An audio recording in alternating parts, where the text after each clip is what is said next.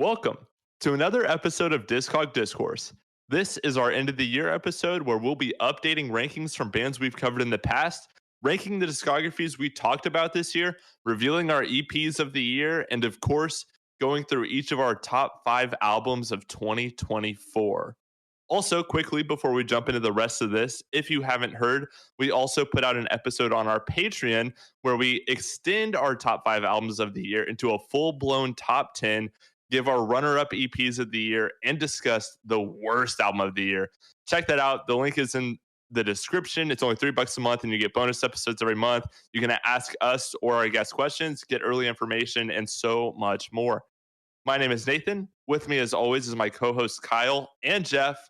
And fellas, we got another year in the books. Kyle, I'll pass this over to you. How are we feeling? Feeling good. Feeling excited. I always love this episode. I think we've said it the last 2 years that this is always the highlight of the podcast year. So this is always a fun one to look forward to because it really gives insights into what are we listening to beyond the podcast and what we're talking about on here. And I think there's always some surprises. So I'm looking forward for those. Jeff, how are you feeling? I'm feeling great. I mean, this is my favorite holiday of the entire year. I love this day, and I'm excited to see what you guys got for your top 5 albums. People are always saying, "Oh, I love Christmas. It's my favorite holiday." Yeah. Well, I love end of the year materials of Discourse. That's my favorite holiday. Me too. It's not a bad take. Well, I don't want to waste any time. I want to hear these takes. So let's get into this. Before we do, I'll plug the socials real quick. We'll just blast through it. If you want to join the discourse, you can follow us on Twitter at Discog_pod. If you want to follow us on TikTok for the next month or so before it gets banned, you can find us at Discourse. Surely that joke won't age poorly.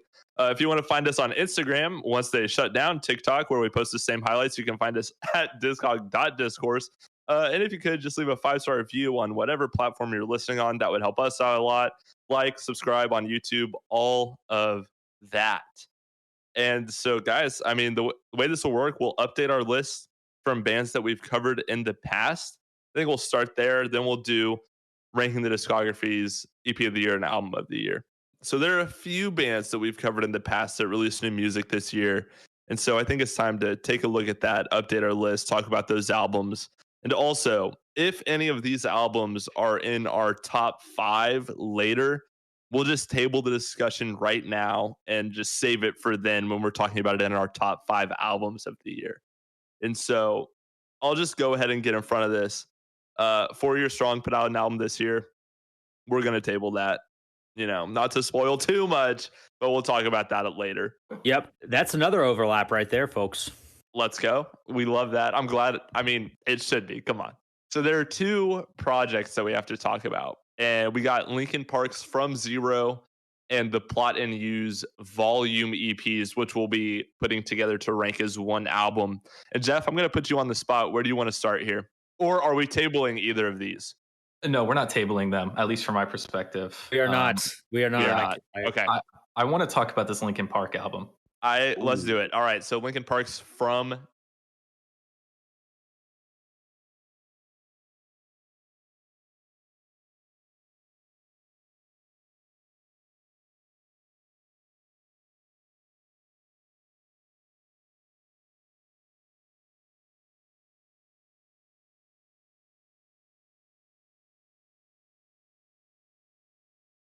I mean, so I feel like this is going to be kind of a controversial album that we're going to talk about. I think people have differing opinions about how they feel about it, considering the new vocalist. My perspective, I'll just lay it out on the table. I think this album feels fresh to me. I think maybe because nearing the end of, what Linkin Park was offering, their material started to get a little bit stale, at least from my perspective. And I do think that this has breathed some fresh air into the Linkin Park sound. And so when I first listened to this album, I was like, okay, this is different. It's definitely interesting. It feels a little fresh to me. Like I'm definitely vibing with it. But as I listened to it over and over, a few more times, I kind of realized that it has the same problems that some of Linkin Park's newer albums, like Hunting Party and Living Things had, which is songs just kind of feel a little bit uninspired to me. And I don't know if you guys have that same perspective or that same thought about the album. Certainly about the back half. I agree with you there. I feel like the album kind of loses its legs and falls off a cliff after songs like Emptiness Machine, Heavy as the Crown. I enjoyed those when they came out as singles. Even Emptiness Machine for me just kind of happens. Like there's nothing that really stands out for me on that song.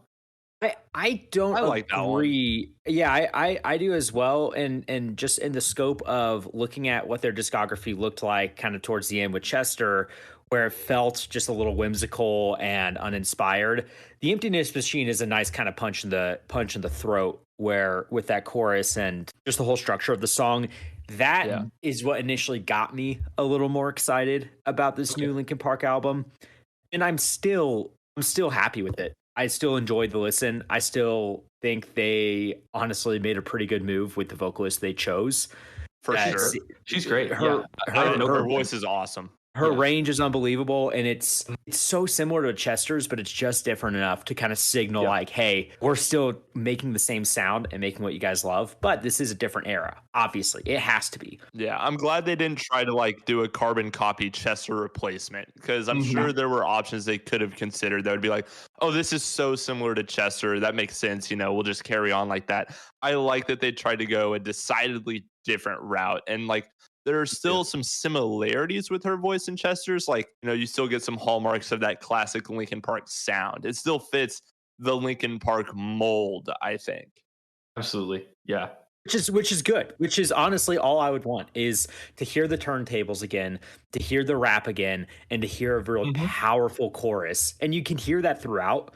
But to Jeff's point, I do agree at times, more often than not, it doesn't feel as inspired. Yeah, no, I agree. I think kind of in a similar vein to what I was just saying, I put out a tweet when this came out, kind of talking about this album, kind of comparing it to like a lot of those soft reboots of popular 80s movies that we're seeing a lot in Hollywood right now. And like you see it a lot in horror, especially like the whole idea of the legacy sequel, where, you know, it's a new thing. It's decidedly a new era of this franchise. You could start here and pick up with this new trilogy of movies or whatever. But also, we're going to bring back some of those classic characters again, so the people that have seen the originals can kind of understand and like have a little moment like that. Movies that come to mind would be like the 2018 Halloween or the newer Screams. And I think this album kind of does the music version of that, where it feels like a very fresh start, clean slate, you know, starting from zero, perhaps, but also, yeah, you like that? Oh, dude, that was nasty. That was awesome. Good job of that. But at the same time, they're taking some of those classic ideas from like the early Linkin Park canon and reimagining them with a new vocalist in this new era. So like, and I think you hear a lot of, you know, particularly early Linkin Park, like Hybrid Theory and Meteora, like some of those sounds come in on here, but it's decidedly new. And I think the songs that do that the best are like The Emptiness Machine, Heavy as the Crown, Two-Faced. Like those three tracks feel very Linkin Park. And I think Emily does a great job on the vocals. Like it's all great. The thing about it is it doesn't feel as like revolutionary, I guess, as it did in the early 2000s. Like it was very much a part of that new metal sound, but no one was doing it quite like Linkin Park was. There was like a special aggression to them. The rapping was so good. The energy was so good. And now it just kind of sounds like Linkin Park. And, you know, you can't really fault the band for that. But I think it kind of makes sense as to why this feels like it doesn't stick with you as much, because it's not a game changer. It's just Linkin Park putting out a Linkin Park album that sounds kind of like early Linkin Park, but I've heard that before. And if I want to hear that, I'll just go listen to early Linkin Park. Exactly. And so I think it makes sense to do that for the first album of this new iteration of Linkin Park. Like it's a perfect square one. I'll be really curious to see where they go from here. Like, I think this is kind of laying the foundation, setting the tone like, hey, we're still Linkin Park. We still got it. Check out this vocalist. She's sick. This is going to be a new era, but we can still call back to what we've done in the past. Where do we go from here is my question. And I think their next album could be really interesting. But this one for me, like, I think I wanted to love it and I wanted it to be a game changer, but it just kind of isn't. And That's okay. It's just not. Honestly, updating my list, like it's not very high on it. I'm gonna put it at number 6 above the Hunting Party and One More Light and below 1,000 Suns. Yeah, for me, I've got this in number 5 above Living Things, One More Light, and 1,000 Suns, just below Hunting Party. Yep, and for me, I have this between the Hunting Party and Living Things. I think the album sits somewhere in the middle between them. So I have it at number 5 as well. Yeah, it's kind of a middle of the pack album. I wish it wasn't, but like I said, it's just kind of. Nathan, like you said, it kind of has to be. Like, you can't come out throwing punches where it's like, this isn't Linkin Park anymore. If that's your plan, you gotta start it with something that's reminiscent of the reason people love Linkin Park. Yeah, I think that's true. And like, especially bringing in a new vocalist. I mean, they've already gotten so many dumb comments about, you need to change your name. This isn't Linkin Park. When it so clearly is Linkin Park. Like, this sounds like Linkin Park in a lot of ways. And that's cool. Yeah. I'm about it. And I think the scene is better with Linkin Park active in it. So I'm very excited this band is back. It was really fun living through the kind of announcement and everything for this album. It was very surreal because this is a list I never thought we'd be updating, to be quite honest. So I'm glad they're back. I'm very curious to see where they go. And yeah, that's really kind of my thoughts on this whole thing. I think you put it well, Nathan. Thank you. With that, we have one other list we need to update right now, and that is The Plot and You, who put out a series of EPs this year called Volume, more or less. It's Volume 1, Volume 2, and Volume.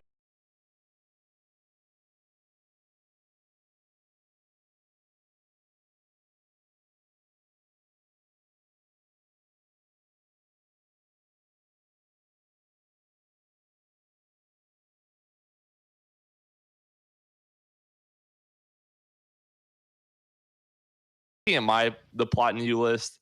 Oh, yikes. I'm going to be completely honest. I do not remember a lot about this band.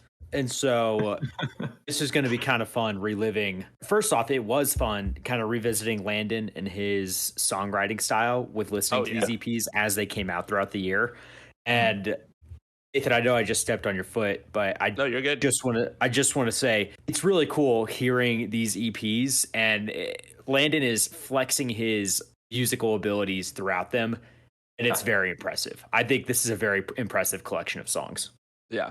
Since our episode on The Plot and You, my thoughts on this band have kind of shifted. I was really harsh on Swan Song, and I think a lot of that had to do with I don't love Landon's modern vocal style.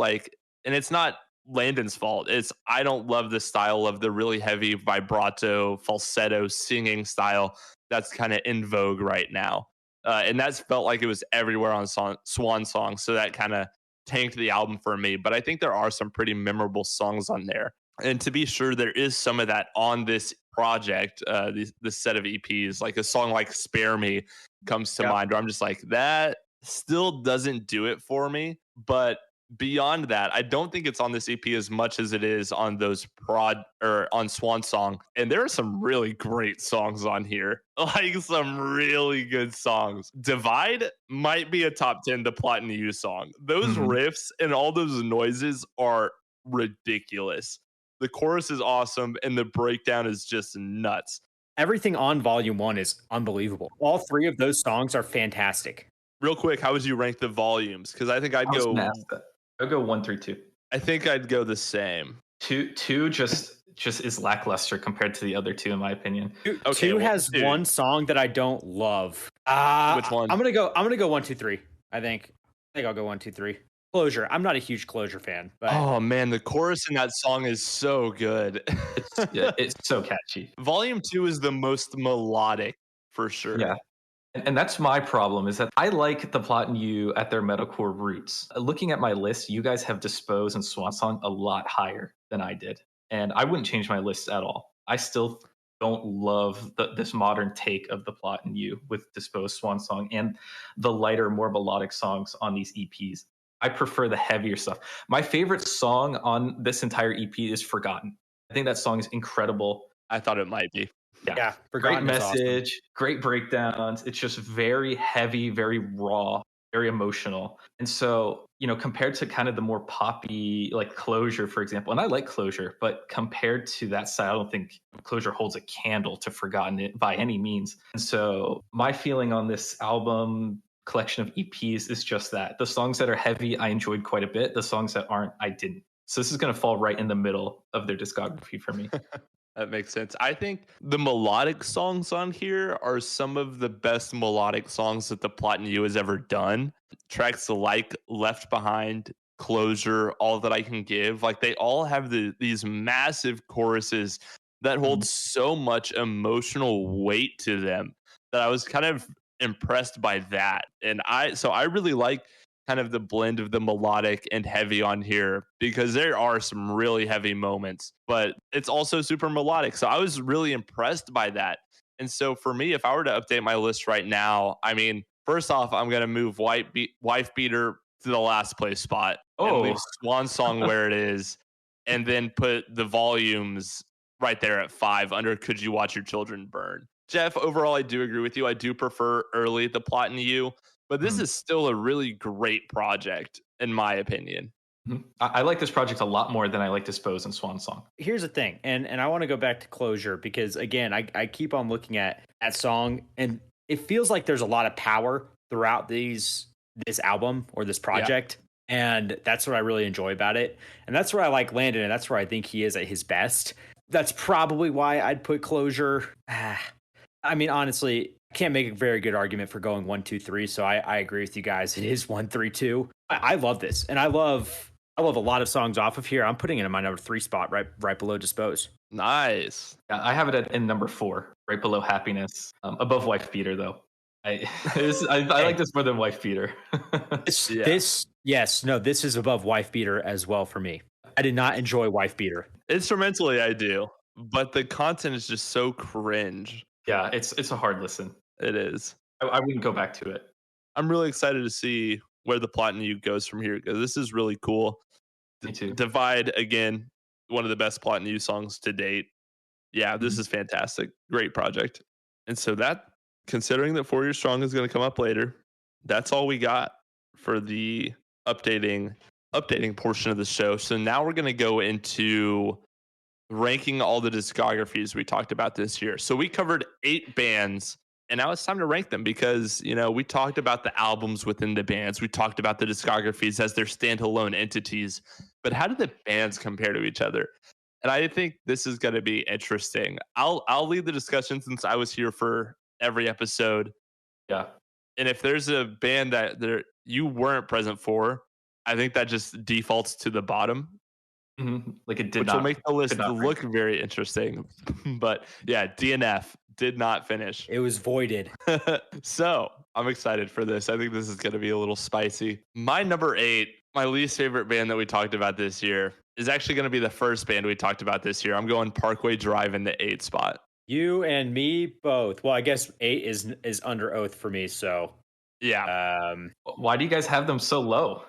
Why do you have them so low? Look, man, I disliked Parkway Drive. I will say that. Really? I don't dislike Parkway Drive. I like Parkway Drive at their peak. I like Parkway Drive when they're doing Horizons. But that's really kind of the only album I come back to regularly. And then beyond that, they also put out Darker Still, which is just laughably bad. Okay, but a lot of these bands have put out laughably bad albums, though. Not like Darker Still, though.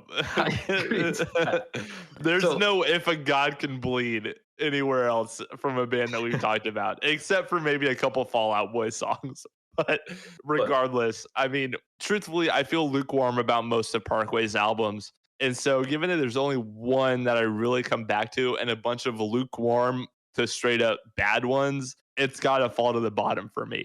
And to be clear, this is not a favorite episodes ranking because that was one of my favorite episodes. Yeah, that was chaos a blast that Mikey brought was so fun. So this is not about the episodes, it's about the bands. Yeah. Look, my perspective is they have 3 albums that I really, really like.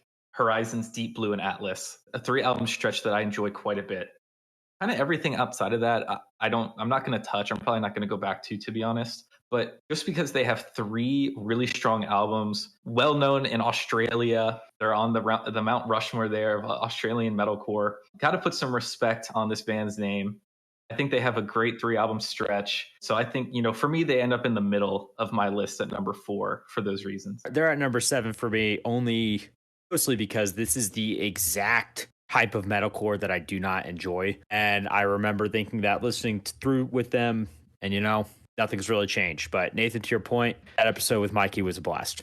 Yeah, no, I'm kind of, that sounded really harsh, the exact type of metalcore that you don't like, but I kind of agree. Like the early 2000s, really riff centric, very metal version of metalcore. It's not my favorite brand of metalcore, to be quite honest. And that's going to make some old heads mad, but it's just not what I fell in love with in terms of heavy music. Yeah, and I enjoy the presence of melodies or at least discernible melodies. And it's just not present in Parkway's discography. And I understand that people love them and I respect people who love them, but just not for me.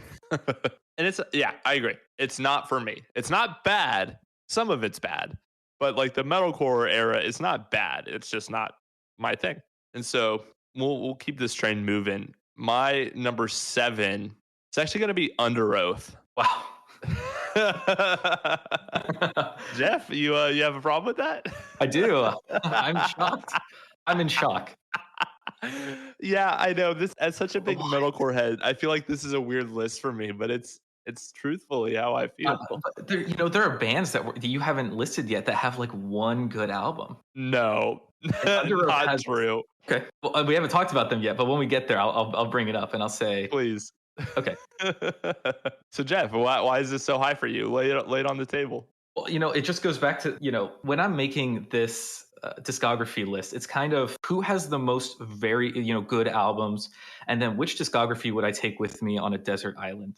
And Under Oath for me they have a 4-album stretch where I think the music is excellent, starting with They're Only Chasing Safety, going all the way up to Disambiguation. I think all 4 of those albums are excellent. And so when you're talking about a band with 4 excellent albums, and I know what you guys are going to say, you don't, Erase Me is not good. Yes, it is. And I'm an Erase Me truther, and I have it this low. Okay, that surprises me even more, because then you say there's at least 5 good albums in their discography.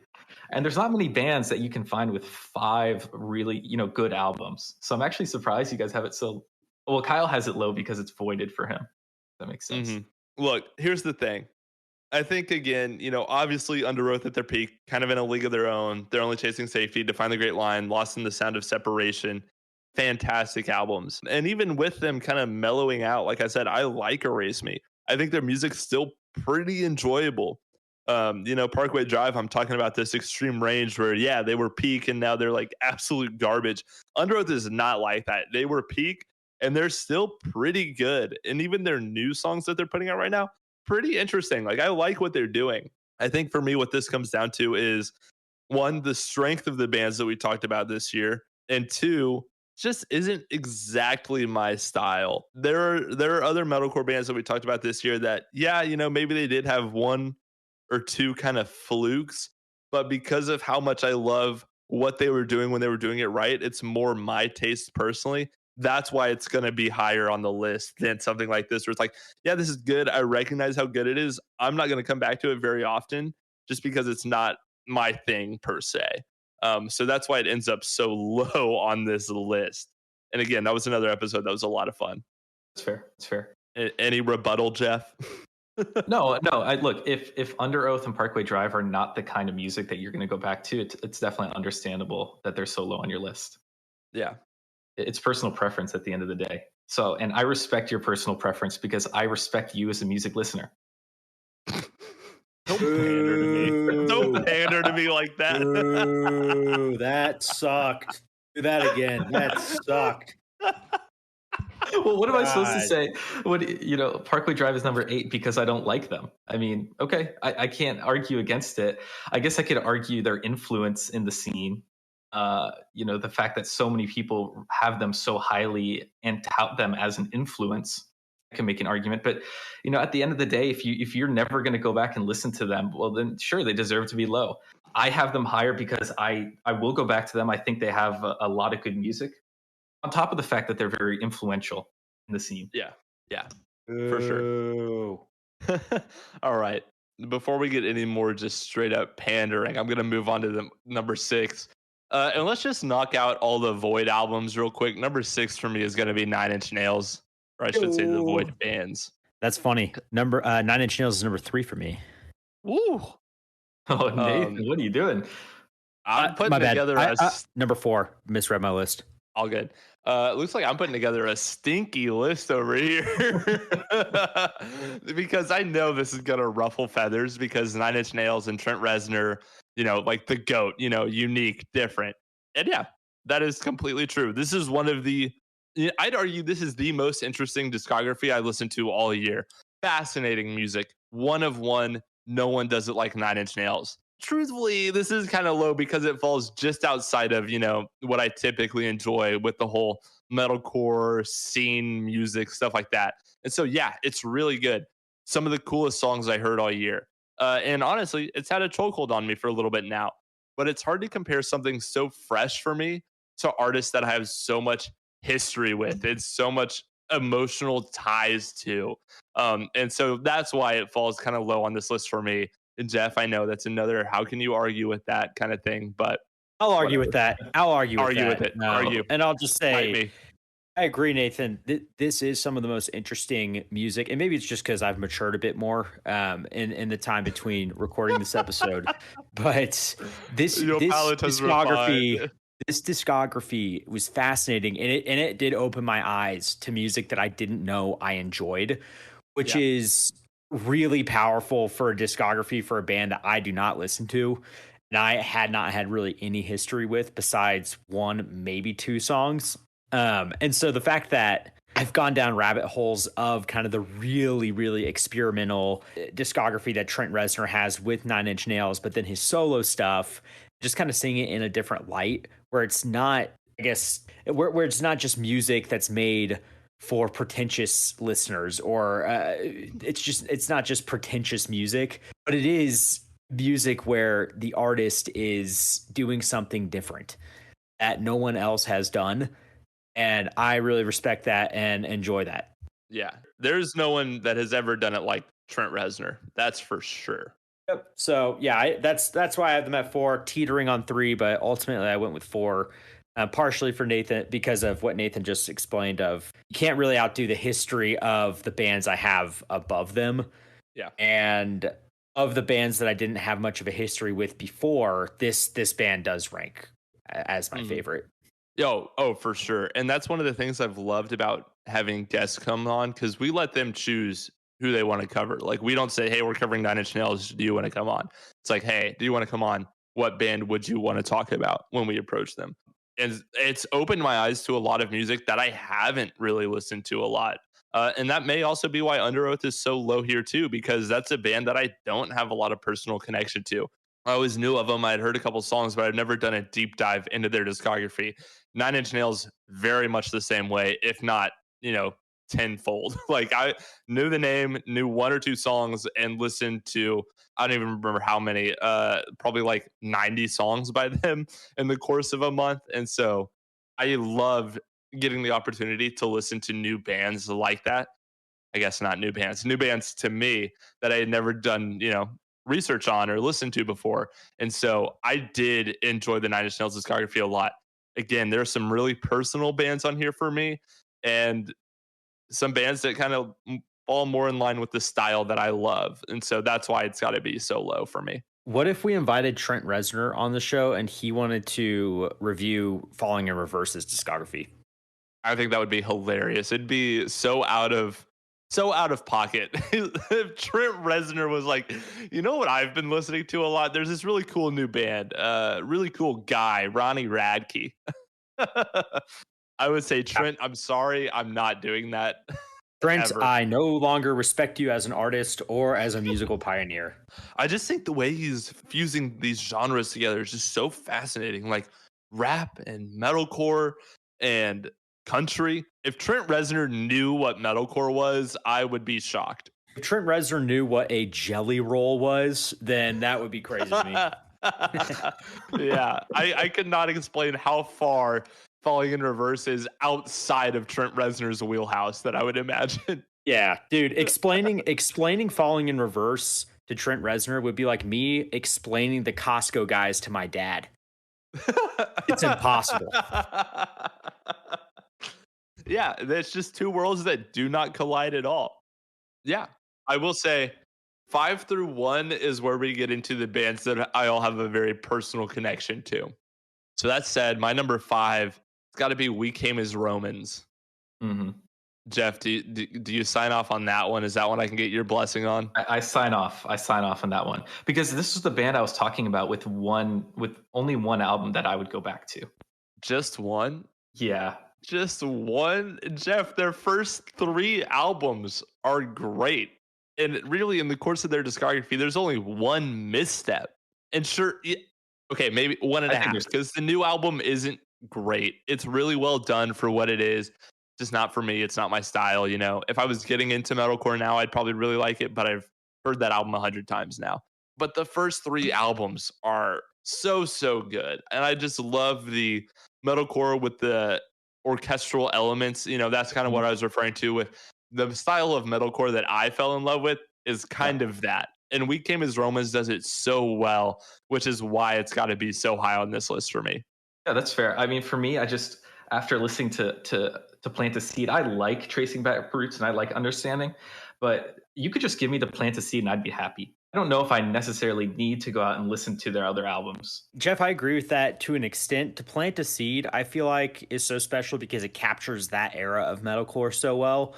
And it feels like there's stuff after that, or at least there's 3 records after that, where doing the thing where they just kind of build on it and then get a little more watered down with each, I guess, version of that era of metalcore. That's how I feel about it. Yeah. And I'm partial to Cold Like War. I think that Cold Like War, they did change their style, but To Plant the Seed it is a more unique album than Cold Like War.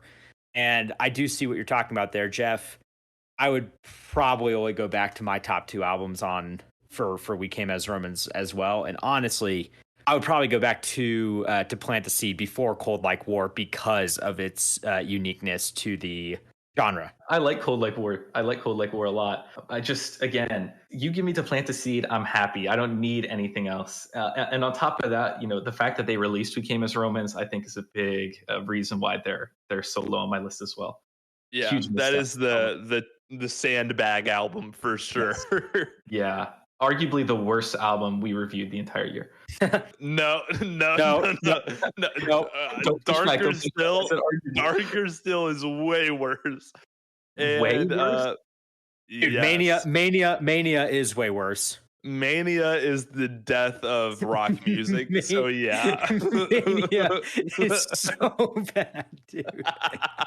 I was higher on I was higher on Mania than you guys, so I can't agree so with that. crazy. Mania was what should have been the nail in the coffin of Fall Out Boy's career. That's how bad it is, but we'll get there. In due time. Nathan, you could have took the high road and been like, Jeff, I just don't like Mania. It's just the type of music I don't like, and I respect your music opinion. But instead, Nathan's not a panderer, though. He'll really give it to you if he disagrees. Well, look, that's part of the fun of the show, right? It really is. Look, yes. I don't hate Mania as much as you guys. I really don't. We're not talking about Fall Out Boy right now, Jeff. We'll be talking about them much later. I forgot about We Came as Romans. That's all I got on them, honestly. Yeah, honestly, I just love To Plant a Seed, understanding what we've grown to be, and Tracing Back Roots. Like, that style is so up my alley. And I feel like I'm, dying on this hill, but this is only my number 5. So we're really not that far off in the grand scheme of our list. It's bottom half, but, to move into the top half, my number 4, Kyle, I'm sorry to put them down right now. All right. Number 4 has got to be Neck Deep. I mean, don't apologize. They're my number 3. And there it is for Jeff. Like we could have guessed, pretty low.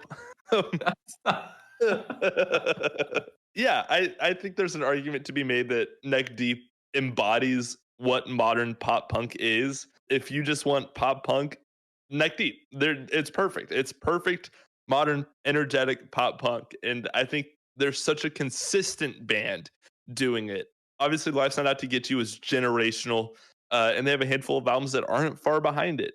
I think what kind of keeps this middle of the pack for me is, again, their consistency. It's kind of a two-edged sword, you know? They do it so well, but they don't really change much throughout their discography, so it kind of leaves you with a lot of the same, and it gets maybe a little stale if you are doing a deep dive in the course of a month. Obviously, I love Neck Deep. They're one of the best pop punk bands out there right now. Not a hot take at all, but they're middle of the road for me in this list. Yeah, if you can go ahead. I have pretty strong feelings on Neck Deep. Okay, yeah. For me, this just comes down to personal preference. I respect. Oh boy, here we go again. Good God, give it up. Say it with your chest. I respect Neck Deep and what they're doing. I respect Neck Deep and what they've done. I love Life's Not Out to Get You, like Nathan said. I think that album is fantastic, but it's just not my kind of style of music that I'm going to go back to all that often. I'm not the biggest pop punk fan in the entire world, and compared to the other bands on this list, I just enjoy them a lot more. So it's less to do with Neck Deep and what I don't like or what I like about them, and just I like these metalcore or other more generational bands a little bit more. Yeah, that was very diplomatic. That was. And Jeff, I respect you as a music listener for having that opinion. I appreciate. Thank you. You suck. Yeah, I mean, good God, if the whole show were just, I respect you, but I just have this a little higher. This show would have ended in 2 episodes. But I digress. I say that respectfully, and that sounded a little more brutal than I meant it. I'm just joking around, Jeff. Hey, Jeff, we're just palling around. Hi, Jeff. This is friends chatting. Neck Deep is the band I spent the second most time with this year, and I kind of realized that this band makes punk that I cannot get enough of. Pop punk is one of my is a music genre that I enjoy more than probably the Parkway Drive, if you will, which I guess is the difference between Jeff and I's music taste and lists. But I think that Neck Deep also has grown, especially in their last 4 albums. I think their last 4 albums are exceptional, and I think there are different. I forget. Never mind, not their last 4. I apologize, gentlemen. I completely forgot about their 2022 album, the one that Nathan liked. Yeah, all distortions are intentional. All right.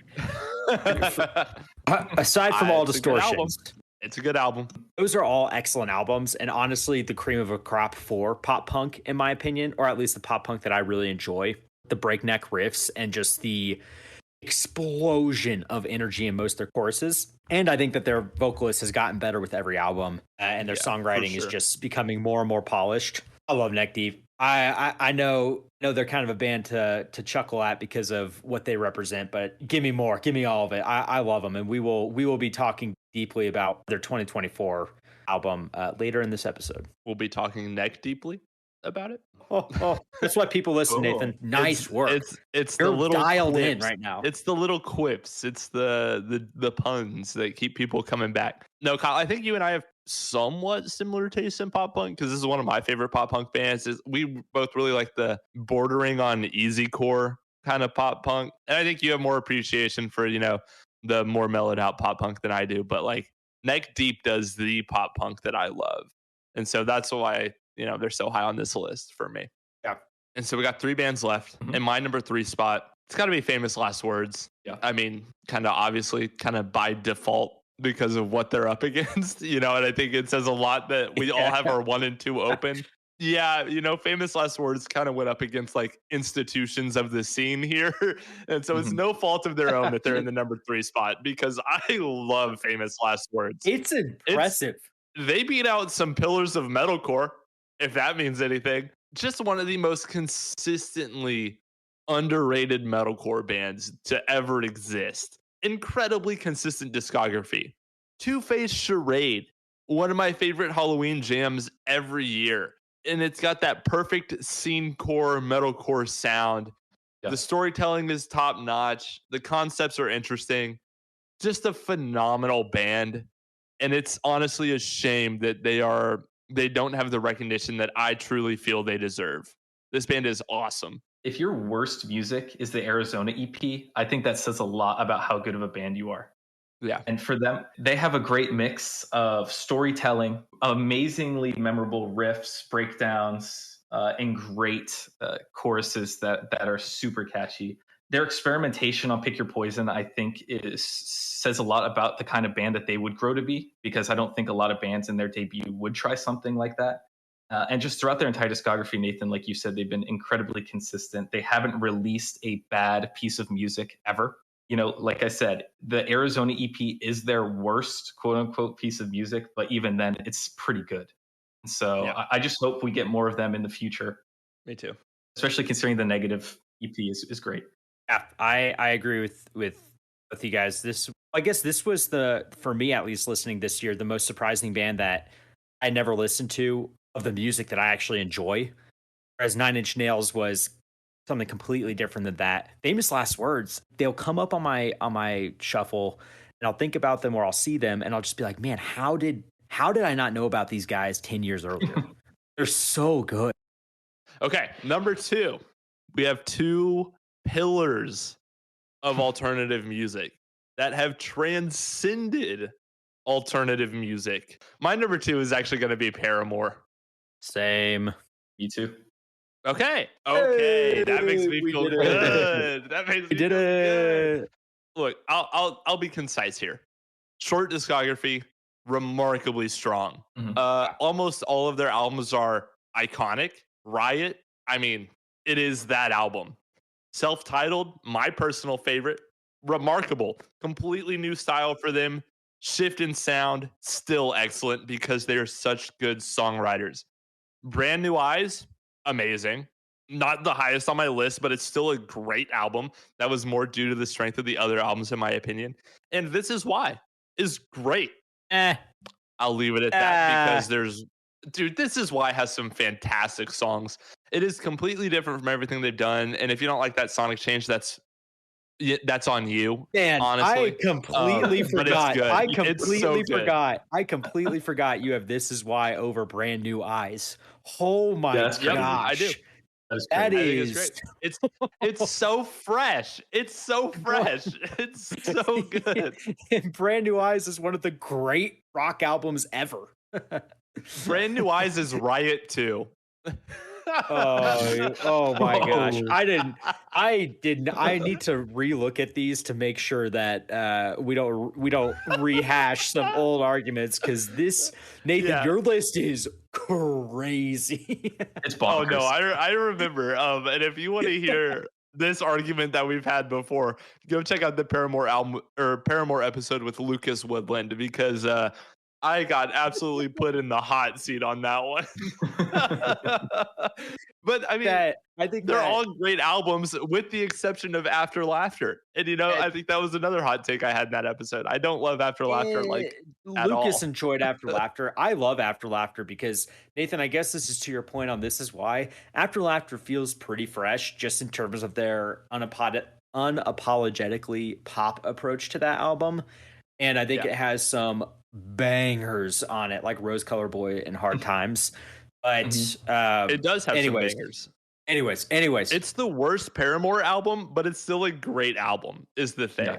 And so Paramore, this will be my last 2 cents, because I will start talking about other lists. But they have 2 of the greatest rock albums ever, in Riot and Brand New Eyes, and they did it back to back. That's all that really needs to be said, in my opinion. I know their discography is very strong and has more of a body. You have 2 albums like Brand New Eyes and Riot. It's hard to beat these guys. I don't know if I could add on. I don't know what I could say about Paramore that hasn't already been said. I'm also a huge All We Know Is Falling truther. I think that's a great album. So to me, they had a 3-album stretch that I love. I am as well. I go back to constantly. I think All We Know Is Falling is great. That's a great debut. I have a couple songs. Yeah. Haley she is well known in the scene for a reason. She kills it every single time. Brand New Eyes is one of my favorite albums I've ever listened to on Discourse.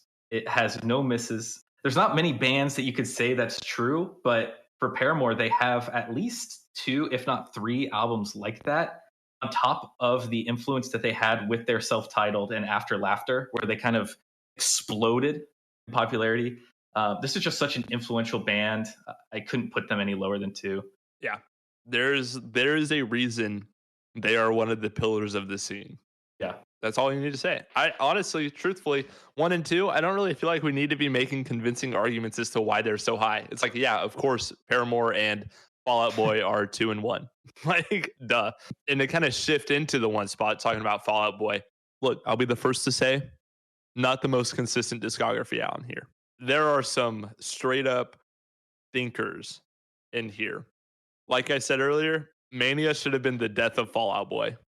And yet I'm so glad it wasn't, because So Much for Stardust, kind of a return to form, is awesome. It's so good. And I'm so glad they're back. Pairing that with the fact that, I mean, maybe the best 4-album stretch we've ever talked about, from Take This to Your Grave through Folly Ado, it's like, yeah, that may be the best run of all time in all of scene music.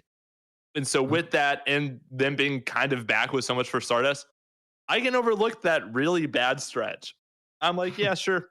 It's not for me, but it doesn't sting as much as it once did because we're so back, Take out So Much for Stardust, this probably falls below Paramore for me. Because I'm like, yeah, their run was generational, but it's over. It doesn't matter. Their music now is so bad. I have such a sour taste in my mouth. That's not where we are. We're at Fall Out Boy is kind of back. And so I can overlook that terrible trilogy of albums right there towards the end. And all I think of is the good stuff now. And so Fall Out Boy, of course they're number 1, because they are fantastic. Yeah, that's a good point that you made, Nathan, that they have the worst 3-album stretch maybe ever, but also the best 4-album stretch that maybe I've ever heard. Yeah. That you can kind of give a pass to the dark ages of Save Rock and Roll, American Beauty, and Mania. Yeah, 100%. This discography is a roller coaster. They're kind of like a heavyweight boxer that just throws haymakers. The album's either going to be great or it's going to totally miss. That's so accurate. And Kyle, like you were saying about Famous Last Words and not having listened to them earlier, I'm punching myself that I didn't go back and listen to Fall Out Boy's discography earlier, because Folly Ado, Infinity on High, From Under the Cork Tree have been on repeat for me the entire year. I cannot get enough of those albums. I just can't stop listening to them. The Spotify Wrapped 100, Fall Out Boy was my top artist of the year. Half of it is Infinity on High, From Under the Cork Tree, and Take This to Your Grave. Half of it is just straight Fall Out Boy. Yeah. Yep. I was right in the same spot. Fall Out Boy was my number 1 artist because, inherently it's a long discography. We're listening to a lot of Fall Out Boy as it is. But I was straight up addicted to From Under the Cork Tree, Infinity on High, and Folly Ado for like a good portion of the year, especially a Folly, because that was an album that I had heard before, but it never really clicked with me. And when it clicked with me, when we were preparing for this episode, it opened Pandora's box for me, because I was like, oh man, I have a whole new album of great Fall Out Boy that I understand now. So yeah, of course, Fall Out Boy is number 1. So with that, I'll read through my list really quick so we can close out this segment. Number 8, it's got to be Parkway Drive. 7 is Under Oath. 6, 9 Inch Nails. 5, We Came as Romans. 4 is Neck Deep. 3, the criminally underrated Famous Last Words. 2, Paramore. And number 1, the best discography we talked about this year, Fall Out Boy. Of course, those are 1 and 2, in my opinion. No doubt. Yeah, it's kind of a no-brainer. And so now we're going to shift into our EP of the year discussion. Oh, let's go. In our Patreon episode that you can find over on our Patreon, where we did our runner-ups, I think the order we went in was Jeff, Kyle, then me. And so I think we keep that order going through the remainder of this episode. So Jeff, without further ado, what is the best EP you heard this year? The best EP I heard this year was actually kind of a surprise, and it came later in the year, but I am very, very happy that it came out, and I did get the chance to listen to it. It's actually Heaven Let Them Die.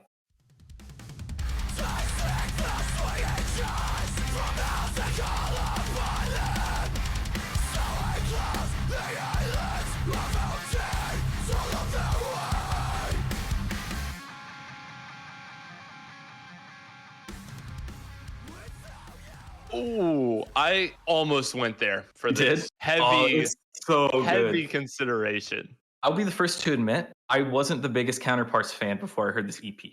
I wasn't. I gave their discography a try a few times. Nothing really stuck with me. And I think the reason why is because in most of their songs, they have like a melodic lead. It always feels like they're building up to like a chorus or a hook. And it just never really worked with me. But on this EP, they kind of took that away, that melodic lead. It's not really here. There are melodic elements on this EP, but it's not like at the forefront like it is in their regular albums. And I think that works so well. This sounds a lot like the band's side project End. If you guys are familiar with that, this sounds exactly like End with a little bit more melodic elements. And I think it's so good. I completely agree. This really does feel like a fusion of Counterparts with End. It's like the bridge between those two bands. And I'm kind of in the same boat.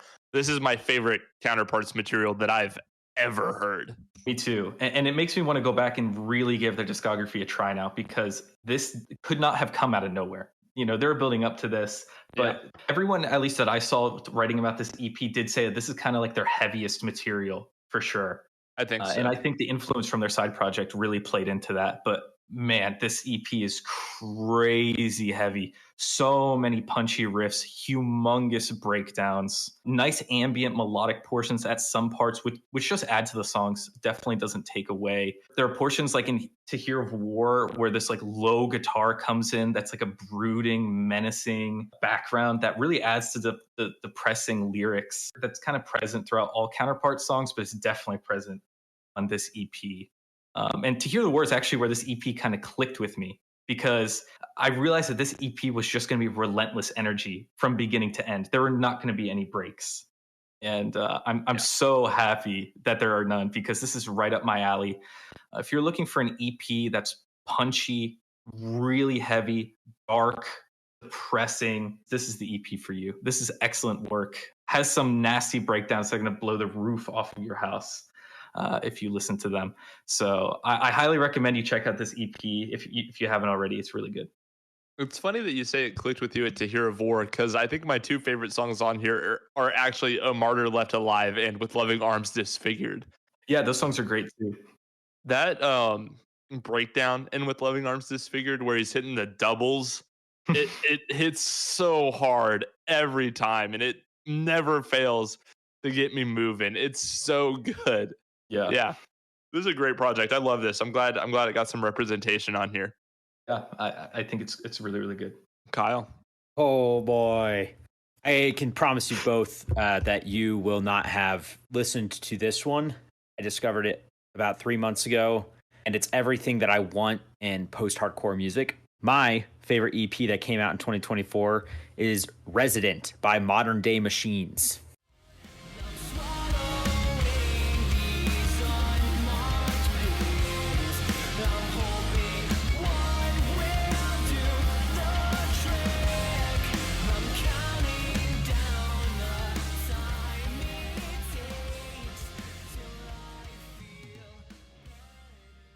I have never heard of this band. I can't say I'm familiar. They have very few monthly listeners on Spotify. I don't know how it. What the heck? They have Dude. 385 monthly listeners. How did you find this?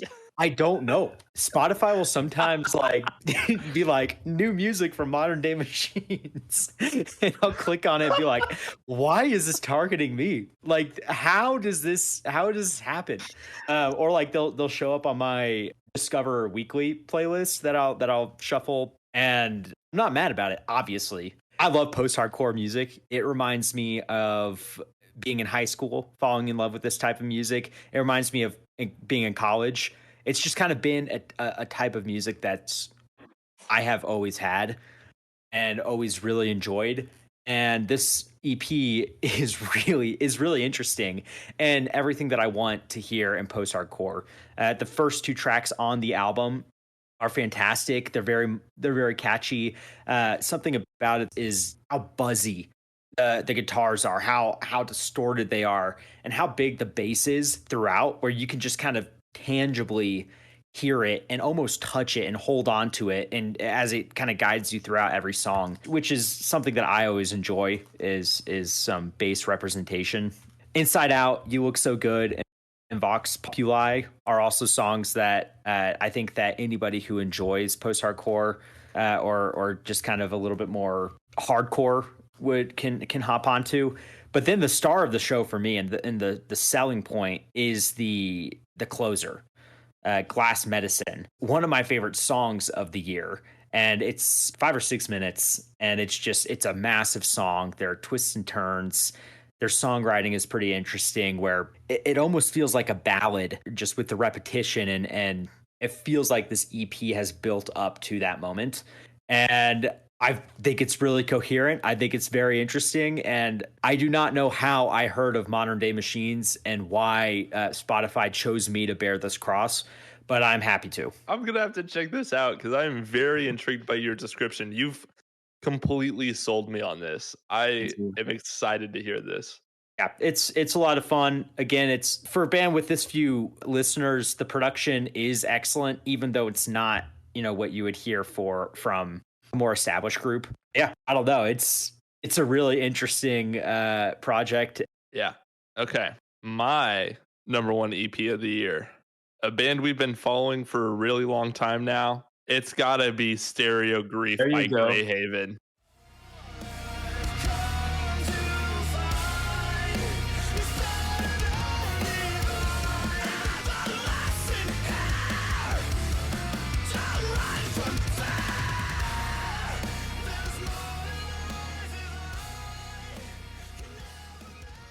Oh, nice choice.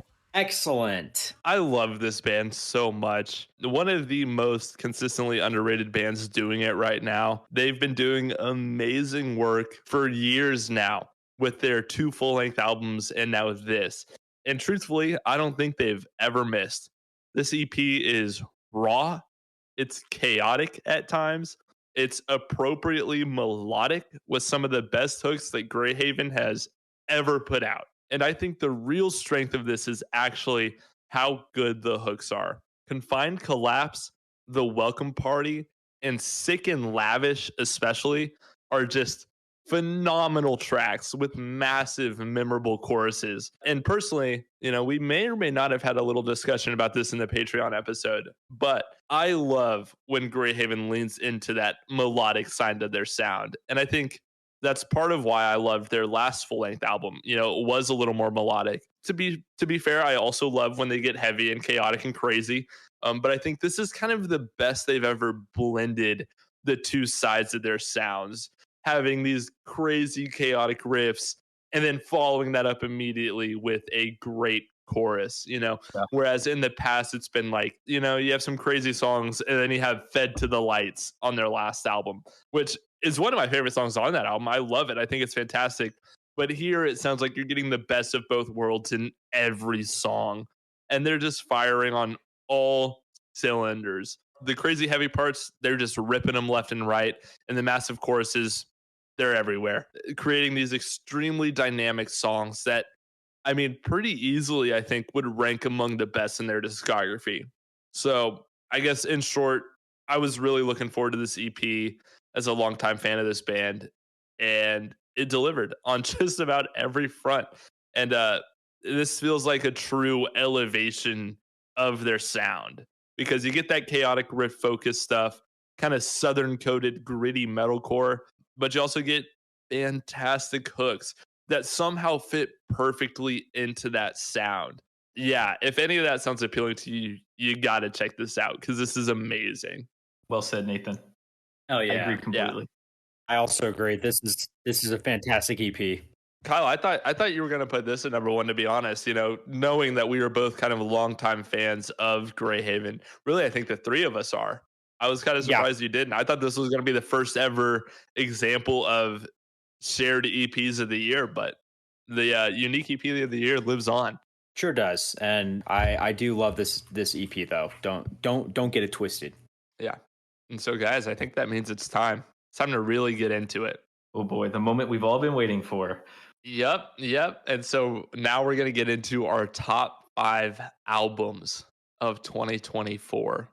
And just as a quick reminder, if one of us reveals an album and it's higher on someone else's list, that person who has it higher will motion to table the conversation so we can all talk about it together at one time.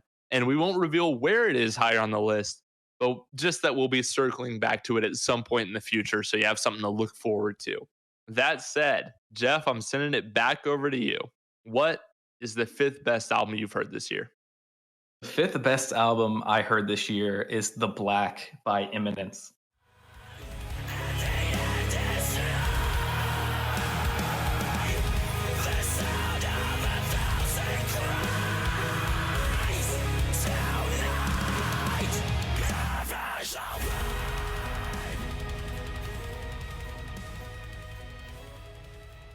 This is an excellent kind of alternative, more basic metalcore album, I'd say, but they do it so well that I had to include it on here. This album is beautifully produced. It has some of the best cleans I've ever heard.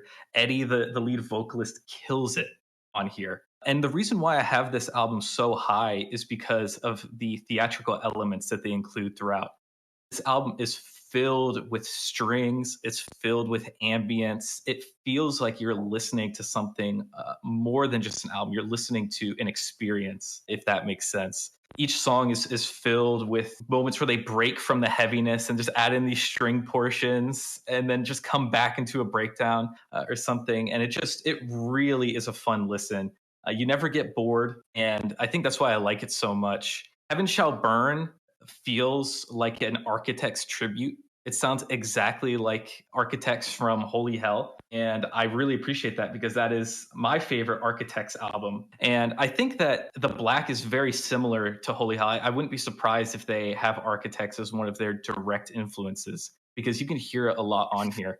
Additionally, this album has like 3 interludes throughout, which I wouldn't necessarily love, on its own. But I think here it works so well because they kind of lean into it with the instrumentation, with the strings. And so The Black, the title track on this album, is one of my favorite songs of the entire year. And it's actually bookended by 2 interludes. So you listen to an interlude, then you go into The Black, which is like a 6-minute symphony. And then you have an outro interlude. And it's such a cool soundscape all throughout. And then the other songs on here are just a lot of great classic metalcore sounds with amazing hooky choruses, great breakdowns, fast, punchy riffs. This is a great album. I highly recommend it to anyone that's looking for a more classic metalcore sound with some really, really cool soundscapes and ambient melodic elements. Yeah. Kyle. I'm shaking in my boots right now. 5?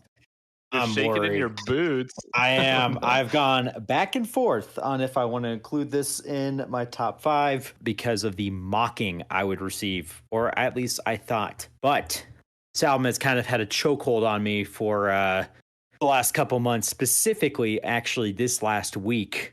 I have listened to it more.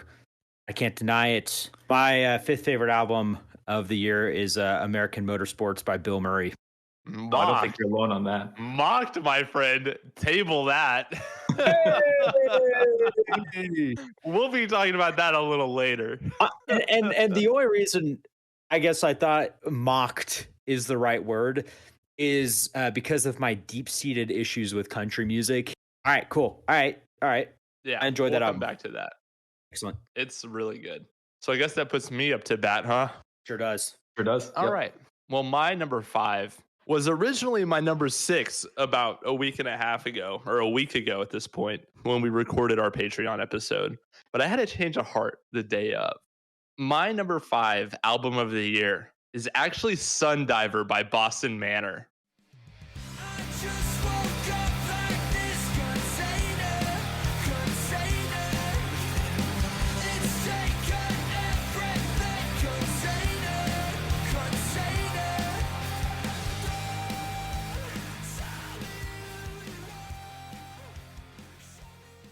Wow. This album, that's crazy. Well, first, I guess, when this came out, I think I put out a tweet saying that Boston Manor is criminally underrated and this album's amazing. And when I came back to prepare for this episode, I think that was an understatement. It's crazy that Boston Manor isn't one of the biggest bands in the scene because they've carved out their own corner with their own unique sound. And they've been incredibly consistent for years now. And I don't think they have a single bad release. And to be honest, This album is among their best. I mean, if you're not sold by this band's songwriting abilities from the very first track, I think you may need to go get your ears checked and try again, because Container is one of the most infectious songs of the year.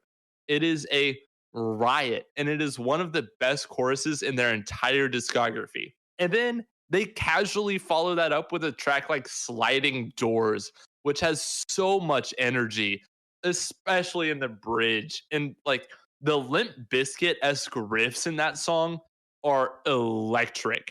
I guess the other song that I need to shout out here is Horses in a Dream. Genuinely might be a top 3 Boston Manor song, because I love when they lean into that kind of gloomy atmosphere. And many of my favorite Boston Manor songs kind of fit that mold, kind of the gloomy side of their sound.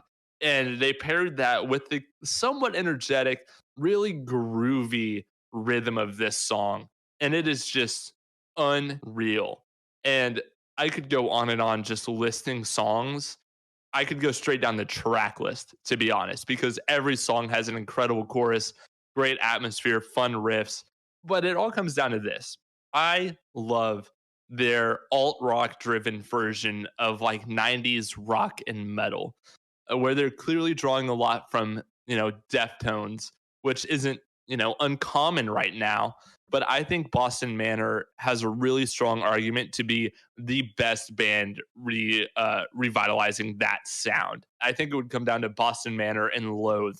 But those two bands are doing it so differently that I can comfortably say Boston Manor is doing it the best in their arena. And there's all kinds of 90s influence on this. I mentioned Limp Bizkit, Deftones, and it's all wrapped in this super crunchy, crispy production where it just sounds like everything's kind of on fire and sizzling, and it's awesome. There is not another album like this that came out this year. Boston Manor is immensely talented, immensely underrated, and this is them just firing on all cylinders. Great songwriting, great vocals, great hooks, great everything. And if you haven't checked this out, I'll say it, shame on you. You're part of the problem. This band deserves to be as big as Bad Omens, if not bigger. That is my soapbox on why Boston Manor is actually one of the best bands in the scene. Thank you. I enjoyed this album a lot. That's all I have. It's exceptional. Nathan, I echo what you have said about it. Yeah. Jeff, did you end up listening to this at any point this year? I actually went back to it after Kyle may or may not have recommended it at some point in the past. And I actually was enjoying it a lot. I wish I would have listened to it earlier, may have ended up on my list somewhere. But I was enjoying it. It's exceptional. And I did not fully anticipate it to be on my list when it first came out, but the more and more I listened to it, I couldn't stop myself. It's all so good. It's awesome. This is a great album. I love Boston Manor. And so Jeff, keep it moving. Talk about criminally underrated. My number 4 album of the year is actually Angel Killer Zero by Diamond Construct.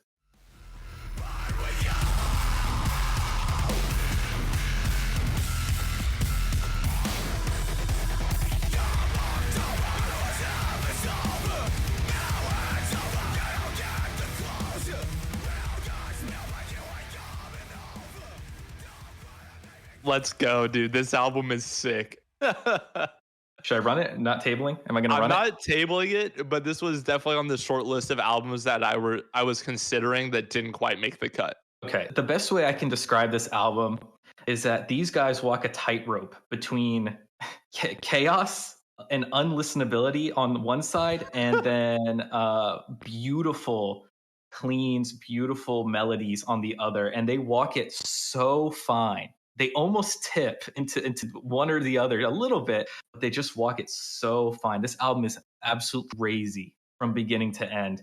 They just include all of these random electro techno elements, synth elements. The guitars sound crazy. The breakdowns are huge. And you get these songs where at times you're like, man, this is almost getting to the point where it's almost unlistenable, but it kind of works for some reason. Like, my ears are filled to the brim, but I'm not having a bad time. Yeah. And I think the best example of this is which is a crazy song where like the microphone that he's singing on is like totally distorted and sounds bizarre, and it just, you wouldn't think that it would work, but it does. And the song for like the first 2 minutes is rip roaring breakdowns, riffs are, it goes super insanely fast, the screaming sounds great, and then it breaks for like the last 45 seconds into this beautiful melody, and then it fades right into Clickbait. And Clickbait is this slower melodic song that includes the same electro experimental elements as the rest of the album. Each song is so unpredictable in what they're trying to do. And I think if I were to describe this album in one word, in 2 words, it would be controlled chaos. This album's huge. It sounds futuristic, bizarre. It's different, but it works so well. And I just wanted to shout out Faded. Amidst the chaos of the other songs, which are super energetic, Faded comes in with a beautiful hook and a slower melody.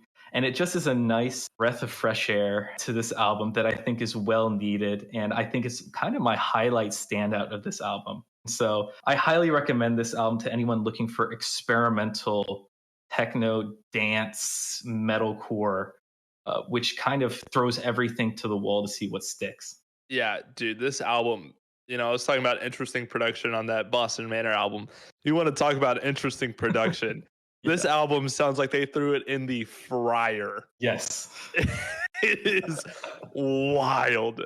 I think my personal favorite on here has to be Zodiac Memories. Yeah, dude.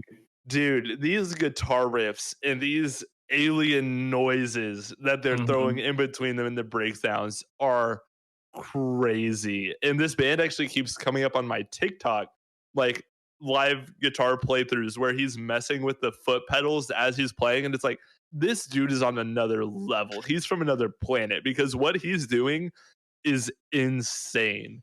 Yeah, this album is nuts. It's so unhinged. Yeah, it's crazy. And like I said, at times it almost gets to be too much, but they reel it in just enough that you're like, this is really cool. Yeah, I think there are some moments that are a little too much. I think the closing track is kind of not good. Yeah. There are some lyrics on here that are a little bit cringy, which is what ultimately for me kind of kept it on the back end and not on this list. That's fair. I didn't even mention the lyrics. The lyrics definitely leave a lot to be desired, but to me, I think they're drowned out enough in the instrumentation that you can barely hear what they're trying to say. Yeah. There's so many other things to focus on that you don't have to pay any attention to what's going on. Exactly. Yeah, that's true. That's a fair point. Yeah, this album is unhinged. That's great. It's so that's different. all I'll say about it. It's really cool, really fresh. Yeah, sick. All right, Kyle, we tabled your number 5. Do you want a chance to talk about an album now? Maybe, because this will also be tabled, because my number 4 is Analysis Paralysis by 4 Year Strong. Yep, sorry, buddy. Table that. Oh shoot, my bad, Kyle. We'll let you talk at some point. Guys, I think I have now. I will have had 4 shared top 5 with one of you, if not some of them with both of you. So yeah, it's fun. Yeah, we'll table that, which sends it to my number 4. This feels like an Uno when you have like the skip card and you just keep piling it on the same person over and over again. But my number 4, it's time to talk about an album that is not underrated at all, I think. Probably very appropriately rated. One of the bigger bands in metalcore right now. My number 4 is Posthuman Next Gen by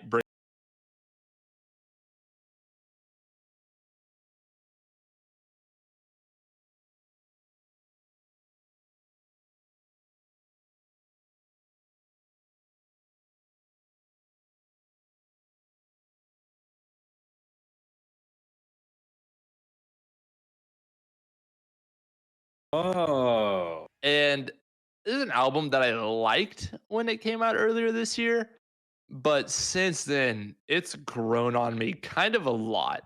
And the more time that I've spent with it, the more I've come to really enjoy it and feel like it is something pretty special. There are not a lot of albums that sound like this. And to be fair, I guess that's not really surprising, because Bring Me the Horizon has always felt like a band that's kind of on the forefront of pushing metalcore forward and expanding what the genre can be. They always kind of seem like on the cutting edge of what's possible in metalcore. And that's as true as it's ever been on here. And I think the name of this album, it does feel like it kind of will be the next generation or the start of the next generation of metalcore. Because I think a lot of people are going to take influence from this, and it kind of will usher in a new generation of metalcore bands that strive for this sound. Because you have a lot of those traditional metalcore elements, the chuggy guitars, the breakdowns, the screaming, the big choruses, and they're adding in so many other ideas from other genres, most notably hyperpop. There's a lot of hyperpop on here with the chopped and edited vocals and big synths. Another really cool influence on here is the Japanese metalcore influence. And I think that comes through loud and clear because they have Dai from Pale Dusk playing a pretty significant role in the production and songwriting of this album. And you can really kind of hear it. There are a few production quirks throughout the album that are so Pale Dusk, and it's less chaotic than Pale Dusk is, but Dai is just so creative and so unique, and his influence really stands out in a positive way on this album in tracks like Utopia, Kool-Aid, and I think most notably, Top 10 Statues That Cried Blood. Like, those sound like kind of streamlined, reined in Pale Dusk songs in some ways. And I think the songwriting on here is just really strong. Great choruses. Obviously, it's Bring Me the Horizon. You know, that's not a surprise. But Utopia and Kool-Aid are some that I haven't been able to shake all year because the choruses are so strong. Limousine is super cool. The main riff is nasty, and the breakdown at the end is pretty sick. And, you know, I was just getting on the Diamond Construct a little bit for some cringy lyricism. There's some of that on here for sure. I'm not going to deny that. You know, NA has some pretty eye roll inducing lyrics, but instrumentally, that's one of my favorite songs on here. Lost is like a big emo track, and then Amen is just pure chaos all the way through. I'm listening to a lot of songs, but I think that's one of the strengths of this album is every song kind of has a unique moment, whether it be the big chorus or a production idea. And so like every single track has kind of a head turn moment where I'm like, oh, that's kind of cool. And so despite liking a few songs when this came out, I mean, this has been really and truly hard for me to shake this year. And I think it is a really, really cool, really unique album that is well worth considering on any top 5 albums of the year list. It's very fresh. Yeah, I'll have to give it another shot. You could certainly hear kind of that Japanese influence throughout. It's so cool. I tried to listen to it. It didn't really, I wasn't a huge fan, to be honest. Yeah. But since you have it so high on your list, I'll definitely have to try to listen to it again. Yeah. And I think, you know, that Pale Dusk element is truthfully, like, I think Dai deserves the world. His production is unreal, and it's unlike anything else I've ever heard. I love Pale Dusk. I love them. And so I'm like, yeah, get that guy on production for more albums because he is on another planet. He's sick. And so his influence on here, I think, really kind of is what I'm most drawn to and it's mostly in the front half of this album. Yeah, I think this is a cool album, which is probably not going to be a hot take given how big this band is, but it might be. You never know. You never know. So, Jeff, we have not once had to table an album that you want to talk about. I don't think it's going to start here, to be honest. My number 3 album is Death is a Little More by Boundaries. We've done nothing to change the course, so we've been here before. Life doesn't give anything that I will reclaim. Will you walk with me into entropy? To live a life we find worth missing. You are correct. Death is Little More. Yeah, I mean, this album to me is just, it's a pressure release valve. That's a way to describe it. If you're feeling angry, if you're feeling sad, you can check this out, and Boundaries will express those emotions for you in a sonical form. This album is incredibly angry. It has punch you in the face breakdowns, and as always, the lyrics are powerfully dark and depressing, as they always have been with Boundaries and will forever be because that's their style. I think what kind of stands out with this album compared to the other ones is their inclusion of the more melodic elements that they have been introducing in more recent albums, but I think this one, it's on full display. And credit to them, they never become too reliant on repeating hooks and choruses. They, you know, at most have one or two kind of chorus melodic break and then go back to the breakdowns, go back to the angry riffs. And I think it works really, really well with this album. I think you get songs like my favorite, Scars on a Soul, which is like a collection of breakdowns essentially with a melodic break. And I think it makes for a fantastic listening experience. A Pale Light Lingers is super heavy and has one of the greatest end song breakdowns in the scene, at least. It's crazy how heavy the ending of that song is. Bloodsoaked Salvation is 1:45 of pure chaos and energy, if you're looking for that. And then they have songs like Easily Erased, which is more melodic. It kind of has a more traditional song structure with a more recognizable chorus. But in pure Boundaries fashion, that doesn't stop them from the huge breakdowns, the angry screaming. I think Matt sounds on here as he ever has been. And I think he absolutely kills it. And so I think that this is just a great collection of Boundaries. If you like Boundaries, you're going to love this album. If you don't like Boundaries, I don't think this is going to change your mind, but it might be worth a listen to just because of the melodic elements, the choruses that they add into some of these songs to kind of break up what can be felt as maybe punchy monotony that comes after a while of listening to some of their older music. So I think this is a very mature album. It feels very mature. They're definitely changing their sound a little bit, but I think it's in a good way. And I think the music here, it's sounding a lot more full and a lot more like a complete project. And I think they really did a good job here. Yeah, dude, the first 2 tracks on this album are nuts. Yeah. Turning Hate into Rage and Darkness Shared off rip to open an album is just ridiculous. Yeah, great pick. I like this a lot. Thank you. Kyle, are you ready for us to table another album of yours? You know what's the funny thing? You know what the funny thing is? There's little opportunity left. Well, the funny thing is, my number 3 album is one that we have discussed at length before because it is Neck Deep's self-titled album.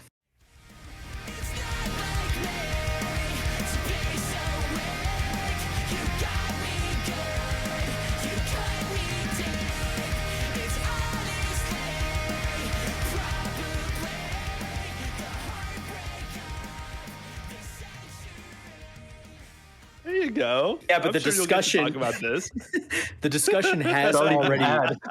The discussion has already been.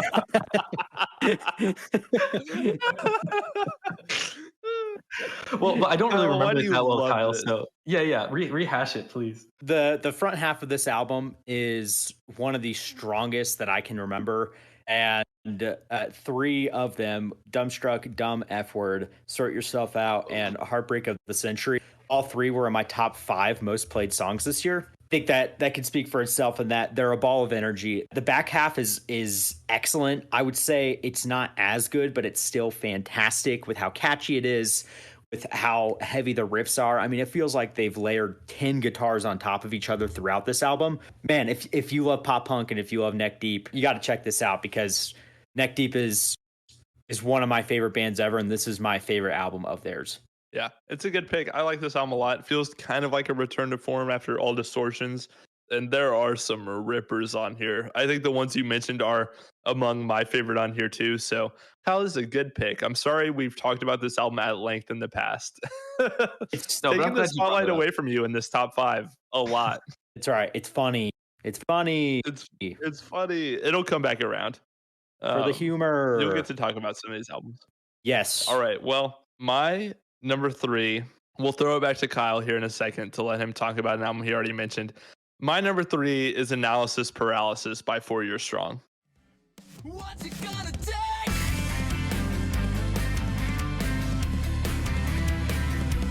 Maybe it's me.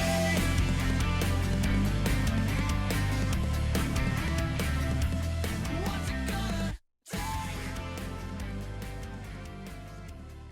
We go. We're back, Kyle. I'll kick it over to you since I stepped over you on this earlier. All right, that's fine. This is 4 Year Strong. I would say they're most experimental in some ways. And we mentioned this during the 9 Inch Nails episode, but Aftermath Afterthought to open the album and how bizarre it is and how many you could hear Trent Reznor in that song. Nathan, I know, did you mention when we discussed off air that you enjoyed Bad Habit? Yeah, it's awesome. Yeah, I didn't initially, but after you said that, I gave it a couple more listens. Yeah, that song is also fantastic for the pacing. I love Uncooked, Daddy of Mine. I love Paranoia. And just the closer, Nathan, and I know you mentioned this again, and just kind of how grand it is and how vulnerable it is, really ties out the album and brings together a cool element of 4 Years Strong that we've heard in bits and pieces, but they continue to evolve their sound. And this album is, it's everything you want and more, just with a band that I love as much as 4 Years Strong. Yeah. And, we were just talking about who's the poster child of pop punk. It's probably Neck Deep. They're kind of the embodiment of that modern sound. But there's not another band out there doing pop punk quite like 4 Years Strong is. They have their own kind of unique world within pop punk. And I mean, like, beyond the way that Dan and Alan kind of bounce off of each other vocally, which is always a highlight of their sound, there's kind of a grittiness to it. Like, they have a really kind of interesting and unique style to a lot of their guitar riffs that make them super memorable and super recognizable. And they actually do this thing from time to time where the chorus of the song is almost actually kind of led by a guitar riff, where there are vocals, but it's almost like the guitar riff is the more catchy melody. And I think the prime example of that on here is Maybe It's Me, which is one of my personal favorites. That kind of mellowed out guitar riff in the chorus is so catchy. And when I find myself humming this song, I'm humming the riff more so than anything. And so that is easily one of my favorites. And I think there's a couple on here that are among the best they've ever written. Maybe It's Me falls into that category for me. Daddy of Mine is a clear cut top 10 4 Year Strong song. So good. The energy is unreal. And that breakdown blew my mind the first time I heard it. And I just love when they play with tempo the way they do in that song. It's so good. Roller Coaster is another phenomenal track that I think belongs in that conversation. Kind of punchy and energetic in a similar way to Daddy of Mine. And we actually had a conversation with the boys about that in our 9 Inch Nails episode, about that track in particular. Seems to be kind of a diehard fan, deep cut favorite, I guess. But then beyond those kind of standout 10 out of 10 tracks, they're supplemented with tracks like Sucks to Fall in Love, which is just so catchy and so good. Bad Habit, like you mentioned, Kyle. The breakdown in the second half of that song is crazy. Uncooked, Dead End Friend. I mean, this album is just so consistent. So many great tracks, so many memorable moments. I mean, I love this. This is a fantastic album for them. And it's everything I could ever want and more, like you said, Kyle. And also, just as a quick little aside, we'll be dropping a top 10 4 Year Strong songs episode on our Patreon in January. So check that out if you want to hear if any of those songs that I just mentioned actually do end up on the top 10 4 Year Strong songs list. So where does this rank for you, Kyle, if we're updating our rankings? Where does this rank for you in 4 Year Strong's discography? Oh, boy. I think this is comfortably, for me at least, in the number 3 spot, right behind Enemy of the World and Rise or Die Trying. Yeah, I think that's a super fair evaluation. I think I'm actually going to put it in the same spot. It's going to be my number 3 as well. And I'm actually going to do some quick rearranging on my list looking at it now. Rise or Die Trying has to be my number 2. I don't know what I was thinking putting that below their self-titled. I love their self-titled, but for me, this is going to go in my number 3 spot, right behind Enemy of the World and Rise or Die Trying, and above self-titled. I can respect it. Yeah, I obviously don't have as much to say as you guys. I don't have this in my top 5 albums of the year, but I really did enjoy listening to this. And Nathan, I'm so glad you brought up Maybe It's Me, because I loved that song. I loved it. It has like a beachy vibe to it, and I just really appreciated it after the massive breakdown at the end of Bad Habit. Yeah, it is a really it's a tone shift for sure, but it's so good. No, but it works so well, and I was like, this is such a nice change of pace. Daddy of Mine, of course, you guys already mentioned. I really like that song. The closer, I really enjoy How Do I Let You Go as well. Man, 4 Year Strong has mastered the emotional closer. Yeah, like every album, it seems like, has that now, and it's so good. It's always very introspective and vulnerable as well. Yep. Which is what a closer should be, in my opinion. If you want to close out an album on that, the best sense. closers are. I agree. So I have this. I don't have it in my top 3. I still think that their classic triad, Enemy of the World, For You're Strong, and Rise or Die Trying for Me, are still higher. I really did enjoy listening to it, although I didn't give it as many spins as you guys did. Yeah, that's fair. It's so good. And like just talking to the For Your Strong guys about this album and kind of the Nine Inch Nails influence throughout it, with like the weird guitar noises that kind of sound like someone messed up or something like that, and the kind of production throughout it and some of their choices in the songwriting. I'm like going back and listening to it after that conversation with them. I mean, I think I gained another level of appreciation for it after that conversation, knowing some of what went on behind the scenes or some of the thoughts in the songwriting process. So if you want to hear us talk about that with them, check out the Nine Inch Nails episode we put out last month. It was a cool episode. It was a fun time. It was a phenomenal album.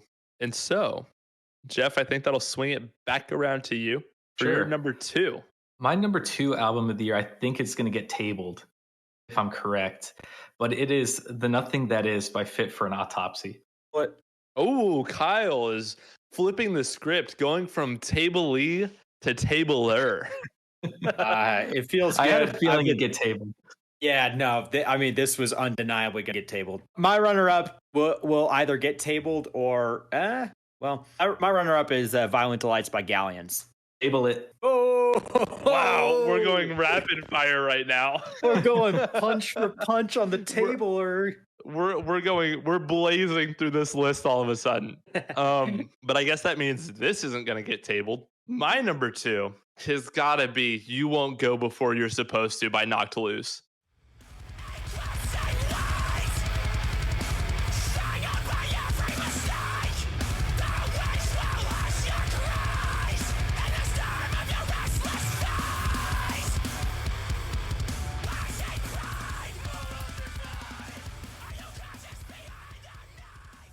Yeah, good choice. I mean, come on. I've been a fan of Knocked Loose since the Laugh Tracks, and I genuinely feel like they're one of the few bands that has truly gotten better and better over time. They had always been really cool, but they ascended into some of the best that metalcore has to offer when they dropped a tear in the fabric of life. Just elevated their songwriting in every way imaginable. Incredible lyricism and storytelling, otherworldly instrumentation that somehow blends atmosphere with the baddest and nastiest breakdowns you've ever heard. And personally, I think that EP is up there with Zombie as one of the best EPs that has ever come out of heavy music. And so you can probably assume after that EP and the Upon Lost singles that I had some pretty high expectations for their next full-length project. And this certainly lived up to those expectations. This is 30 minutes of pure mayhem. It's as heavy as ever. It maintains that distinct Knocked Loose atmosphere. The riffs are insane. Brian sounds frantic, and everything is just off the charts in the best way. From the opening track, you know you've gotten yourself into the thick of it. Just that kind of atmospheric reverberation sound, followed by the biggest wall of sound you've ever heard with the blast beats, the guitar feedback, the scream, that ultimately gives way to one of the best breakdowns on the album towards the end of that song. And it almost kind of feels like that track is the thesis for the album. It's like, here's our argument that we will be expanding on in further detail throughout the rest of the album. And it's so good. Suffocate, probably the metalcore song of the year, and I think it deserves it. Just an unreal track. Poppy's feature is amazing. Fits in so well with the band. Plus, you get the reggaeton breakdown at the end, which is an all-timer. And then, I mean, you look at the monumental success of that song. They played it on national TV on Jimmy Kimmel and had fans demanding for an apology. That's how you know you're doing metalcore right. When you're getting people to demand apologies. It's the funniest thing. It's the funniest thing possible. It is. So obviously Knocked Loose is doing Knocked Loose things throughout this album, but I also really appreciate the experimentation with a track like Take Me Home that just sounds like noise metal more than anything. It's so unique for them. It's unlike anything I would have expected but it does such a good job of kind of keeping you on your toes for this album, keeps it from feeling too repetitive. And that track is borderline anxiety inducing. By the end of it, with all that tension, it feels like it's building up to something, but that release never comes. And it's just like so much, there's so much going on, and it's so big and it's overwhelming. Gosh, man, I also think about like Slaughterhouse 2 and how people kind of clowned on that when the album came out. But I think it's an exceptional track. The main riff and the chorus feels towering and evil. But I think for me, my favorite track on here has to be The Calm That Keeps You Awake. The percussion at the beginning it's sick. The riffs are wild. The breakdowns are crushing. And man, just to sum it all up, there are no misses on here. It's just 30 minutes of pure knocked loose, and I wouldn't have it any other way. And it is just awesome to see this band continue to find massive success while they've arguably gotten heavier over time. And it just spits in the face of the idea that you have to do radio metalcore to find an audience. And I love it for that. This is easily one of my favorite albums of the year, obviously. I love this album as well. I honestly kind of echo everything Nathan said.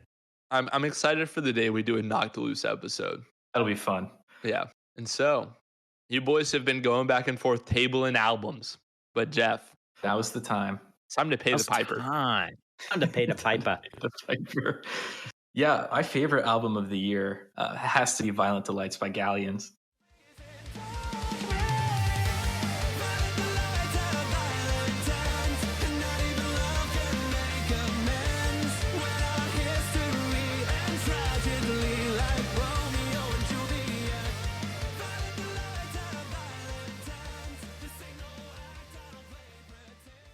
And I'll start by saying this much.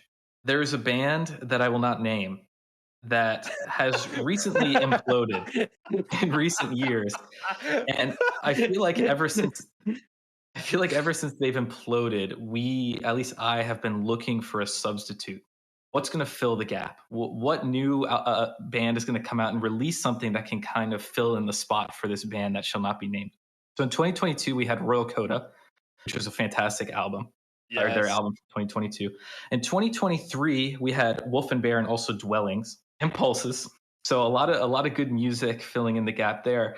And now in 2024, I would argue we found an album that surpasses all of them in Galleons. Whoa. In my opinion. The product here that they've released, it's mature, it's dark, beautifully melodic, catchy, has amazing piano ambience in the background of songs that add to the depths that the guitars help to add with as well. And I think you get a product that it's 15 songs, but I don't think it has any misses from beginning to end. It is a complete, concise project. Each song sounds distinct and has that moment that you're looking for where you can remember the song. And I think if an album of this length is able to do that, then you have something great on your hands. I think one example I like to think about is Russian Roulette, a song that I cannot stop playing over the last couple days. But it has that part where it's like click, clack, bang, it all goes black, but it's like do, do, do. And, it's like mimicking, like pulling the trigger in Russian Roulette. And it's like, I'm never going to forget that moment on that song. Like, how can I ever forget that? I'm never going to forget your description of that moment from click, clack, bang. Doot, doot, doot. Bump, bump, bump. That's what it sounds like, though. But it's so cool that they added that in there. And then on top of that, in Russian Roulette, they also have a piano break, and then they totally changed the melody, like 2/3 of the way in, which they didn't have to do.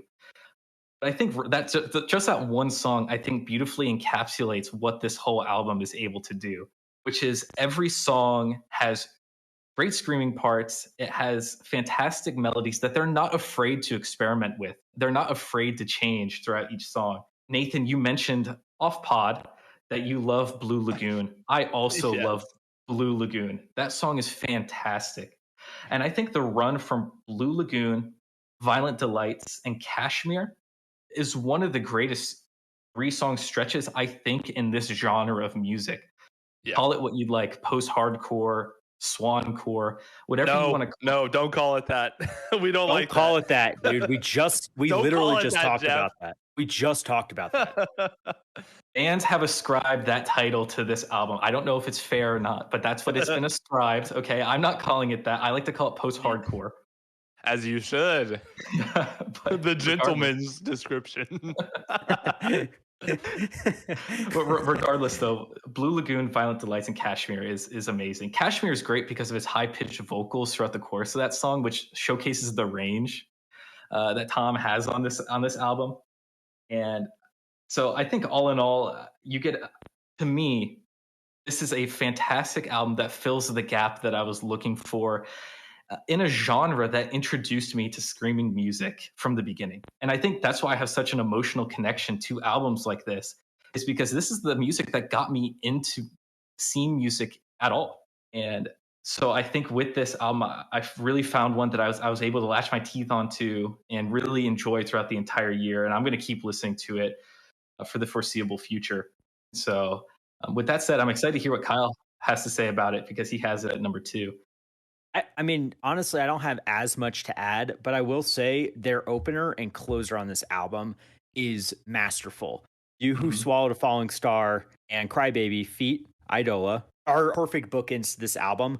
I love Kiss the Sky, but Jeff, you said you've been addicted to Russian Roulette, which is a fantastic song. Yeah. I've been kind of addicted to Vagabond. That song Vagabond's great. That song is wild. It's so good, and there are so many twists and turns, and the changing of pacing, or excuse me, the changing of pace, and his vocals on that song are in key too. Oh my gosh, dude, it's the star of the show for me. But the fact that it can have multiple stars of the show with, again, Blue Lagoon is also a masterful song. Violent Delights is fantastic. I like Yakisoba Dare or Dare. Probably should. That's on me. That's on me, guys. I enjoy that song is paced differently and is kind of the slower paced song of the album. Mm-hmm. And it is somewhat reminiscent of the band who we have decided not to name. Well, speaking of the band that shouldn't be named, Downtown Dinosaur Gang Part 3. That was the song I was going to bring up. It sounded like I was about to bring that up. Yeah, if you want it, Downtown, wink, wink, nudge, nudge, you can hear the clear influence on the song. You can hear it. Downtown Dinosaur Gang 3. Yeah, exactly. You can hear They're it. They're reclaiming the downtown naming structure. I think they do it excellently. Yeah. I agree. Mean, there are some phenomenal tracks on here, like 11 out of 10s on this album. For me, one that hasn't been mentioned, I mean, obviously, like Blue Lagoon, Violent Delights, Kashmir, like that stretch, like you were saying earlier, is unreal. Dungeon Dweller towards the end of this album with Craig Owens, is probably my favorite track on here. Just everything they're doing on there is so cool. It works so well. I'm all in. Yeah, this is a great album that I may or may not have already discussed in a potential bonus episode. Wink, wink, nudge, I don't know if you did. I may have. I can't recall, to be honest. I may have, but I also may not have. There's only one way to find out. Anyways. Okay. My bad. Anyways. So speaking of tabled albums, Kyle, I think we have... Oh, all right. Yeah, my easily favorite album of the year is The Nothing That Is by Fit for an Autopsy.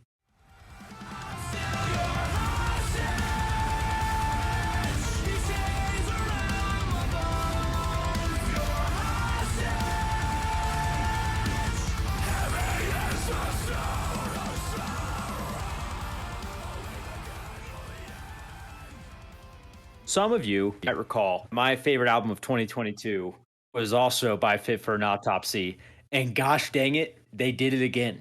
I don't know how they keep doing it. They keep on tailor-making metalcore for me. Well, this is not metalcore. This is more of this. Is this deathcore? What are we talking? This is deathcore. This is deathcore. Which is so funny to me that this band has your heart like it does, because you are not a fan of deathcore. No, I'm not. I'm not at all. And this band has me in a chokehold like almost no other band has ever had me. And honestly, I hope to do an episode on them soon because I like most of their material, which again is very out of characteristic, or excuse me, out of character for me when you look at this list I'm looking at right here is hilarious. Bilmuri, 4 years strong, neck deep, Galleons, fit for an I was autopsy. gonna say it doesn't match so at all. funny. Dude, this album makes me sweat whenever I think it's so good. The first track on it, Hostage, is mint. It is staple fit for an autopsy with the guttural, the yucky drums, the yucky vocals, everything about that song and this album is pretty disgusting. I can go track by track. I'm not going to do that because Jeff has this as number 2, and I'm pretty surprised Nathan doesn't have this in his top 5. Lurch is one of the best songs I've ever heard in my life. There are times where I'll just replay that song like 6 times in a row. It's the almost jump scare chorus for the first 2 choruses out of those verses and those pre-choruses that is anthemic and, lack of a better word, kind of horrifying. And just the feeling, the skin crawling feeling that you feel when he opens up that anthemic chorus is, I mean, it's a feeling that I chase and that I get almost every time I hear that song. Not to mention the end of it, the lurch part, which is so disgustingly brutal. It's chilling. It's chilling. The end of that song, where he's saying we lurch into our hearse. Oh, come on now. That's why you do it. That's why you listen to this band, is for that song. And this album rallies around that song, which is, in my opinion, the obviously highlight of the album. I could talk about every track on this album. My next favorite, and the last one I'll talk about in depth, is Savior of None, Ashes of All, which feels like it is classic fit for an autopsy that you could find, 10 years ago. And then they're still doing it. They're still going fast. They're still breaking your neck. The guitar solo in that song is fantastic. And I mean, talk about consistency of vocals that are always powerful, always booming, always haunting. The energy that this album has and gives me is, again, unlike any other album on this list. Yeah, Kyle, is it time to start giving this band their flowers? Like, I mean, seriously, how does this band only have 387,000 monthly listeners? This band deserves close to 1 million, in my opinion, if not more, just based on the consistency and quality of music that they've been releasing over the last couple of years. And I think with this album, you get more of the same. That's a good thing, because they just continue on what they've been doing, which is, yes, this band is deathcore, but it's certainly not to the extreme. It's deathcore with elements of metalcore. I think you get a little bit more of that here on this album, especially like with Hostage, with the first song. By the way, when I first heard that blah at the beginning of Hostage, I knew we were in for a good time. I knew we were back. I wasn't wrong. I knew we were back. I knew we were back. Were we ever gone? We were never gone. We're never gone. But yeah, so this album is full of fast riffs, neck-breaking, huge breakdowns. And for me, the standout is Red Horizon, is a song that I love a lot. And I think it's similar to Lurch in a way, where they both start with this like long ambience at the beginning of the songs, but I think it works so well for them. And the melodic ambient portions on this album, I know I've said it a million times, I love when bands do that. I'm a huge fan of melodic ambience when it's done well in music like this. And I think this album, they just knock it out of the park. And Red Horizon is just so crazy to me, because the breakdown at the end where he says the bodies burnt so brightly that God closed his eyes, and then it's so brutal. That knocked my socks off the first time I heard it, and I was like, where am I right now? That might be the most deathcore lyric I've ever heard. It's crazy. Dude, and how low he delivers that into the breakdown. Yes. This is accessible deathcore to me. And when I'm looking for that deathcore feel, I go straight to Fit for an Autopsy, and I'm never disappointed. Joe Bottolato's vocals on here are so iconic. His low-pitched screams they're hypnotic to me. I can't get enough of them. There's just something about his low, raspy pitch screams that works so perfectly with the riffs and with the breakdowns. I just can't get enough of it. All in all, I'll say this much to summarize. This is more of the same for Fit for an Autopsy, but I think it's time that they get their flowers. We've had, at least for me, 3, if not 4 straight albums of excellent music by them. of accessible deathcore with melodic elements, massive breakdowns. And I think this album is absolutely fantastic. And like Kyle said, I'm excited for what they have next, but I'm sure it's not going to disappoint. Yeah. I mean, we haven't talked about these two tracks yet, and I think they're my two favorite on here because I love when Fit for an Autopsy really kicks it into gear and just goes fast paced. Spoils of the Horde is unreal. Like the guitar riffs in that track are crazy. And then the other one that sticks out, Lust for the Severed Head. I mean, wow, what a title, about as deathcore as it comes right there. But like the riffs in that song are so crazy. And so those two tracks in particular always stick out to me just because it is like pedal to the metal, all gas, no brakes, just pure chaos. It's so good. That's my favorite version of Fit for an Autopsy for sure. Yep. I love this album. I love this band. I don't really know why, but they make me feel things. Yeah. All right. And now for something completely different. now for a change of pace. My number one album this year is, I mean, pretty far and away, American Motorsports by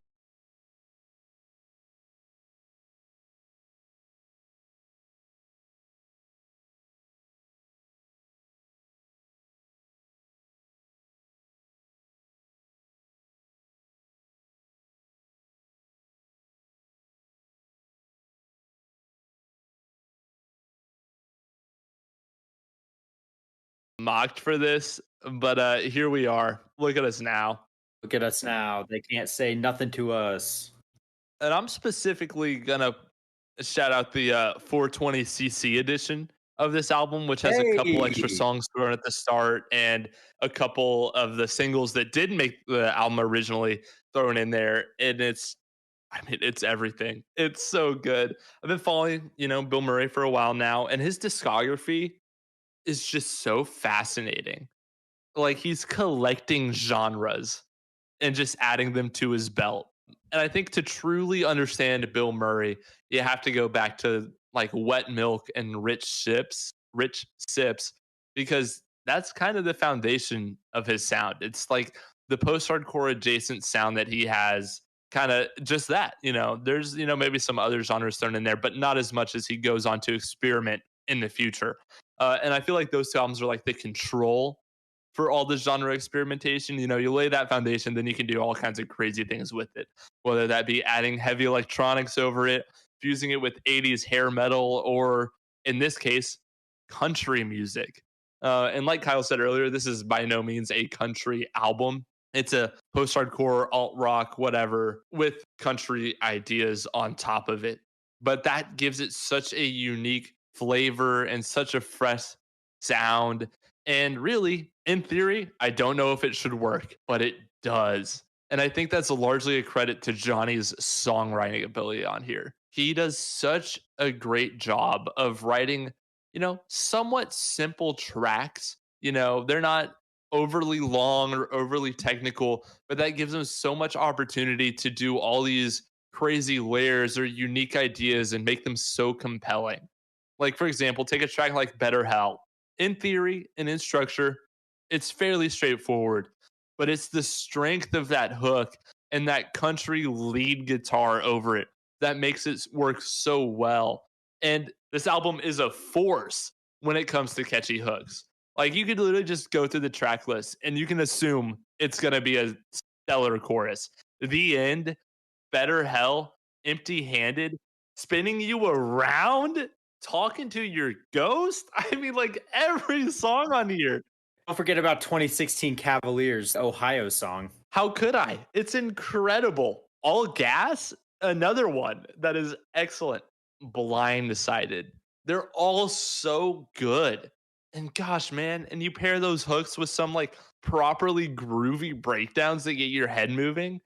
And yeah, of course, this is like an unbeatable album. Yeah, it's just so good. Kyle, I know you have thoughts on it, so I'm going to pass it over to you now. You've explained it extremely well. My highlights are also the 420cc edition. I think The End, the fact that The End was left off of the original album is kind of crazy to me. because that's so good. such a good opening track. Empty-Handed is a song that you can show to anybody. Your grandmother would enjoy the chorus of Empty-Handed because of how catchy and groovy and just how well everything fits together. 2016 Cavaliers, Ohio is a nice, slower, more sentimental track, but still has a fantastically catchy chorus. And that's, again, like you said, Nathan, that's the story of this album. Some slight country accents, some slight country slide guitars. And his delivery also is kind of country coded. Right, yeah, like the like, accents. It's like country sprinkles or like a country topping to the album. And it's so good. But at the end of the day, what makes this album is the poppy chorus and the enormous guitars. That's really what stands out is you have these country sprinkles, but then you just have these massive instruments throughout that just kind of blow it away. And yeah, I thoroughly enjoyed this. I didn't think I would, but I did, and I like it. Man, and another element of that instrumentation. Whenever the sax comes in on this album, I mean, it is incredible. Like in Straight Through You, there's nothing like it when that sax comes in. It's so good. And to your point about like, yeah, you could show this to anyone and they'll like it. Zoe, my wife, who is not into, heavy music whatsoever, loves Bilmuri. And so we had the opportunity to see him in the Fort Worth Stockyards earlier this year, which is the perfect spot for Bilmuri right now. And I mean, he has a full-time sax player in the band. And so they're adding sax in, obviously in the songs that already have it, but they're playing all these different parts on top of, these songs that maybe don't have it as much. And I mean, it was maybe the most fun concert I went to this year. Bilmuri is just so fun. The sound is always so fresh. And there's no one else doing it like Bilmuri. There are certainly people trying with country metal fusions. The other one is terrible. But this is incredible. And so with that, I think that kind of wraps up our discussion on our top 5 albums of the year. That was fantastic.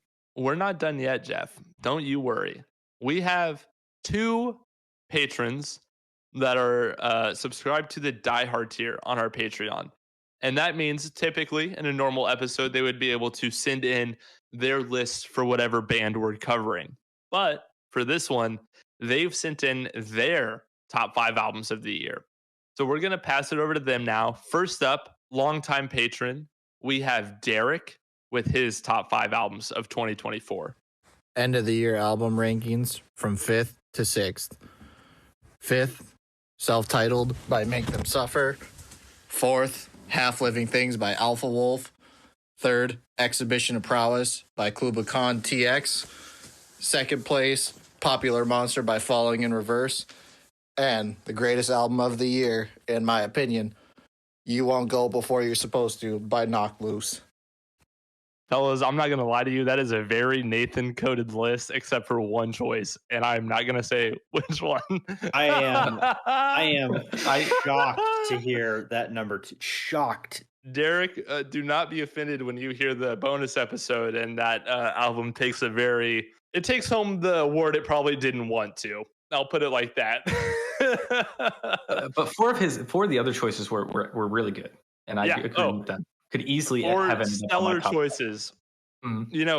Make Them Suffer was one of those bands that barely missed the cut for me because I love Make Them Suffer. This album is not my favorite Make Them Suffer album. There are some great tracks on it, but I mean, I think I had high expectations for it, especially coming off of How to Survive a Funeral, which I think is absolutely excellent. And so I think I was a little let down, but I mean, it's still so fun. And I do love Make Them Suffer. I wanted to find a way to get them on here. So I'm glad. Shout out to Derek for giving me the opportunity to talk about it a little bit. It's really good.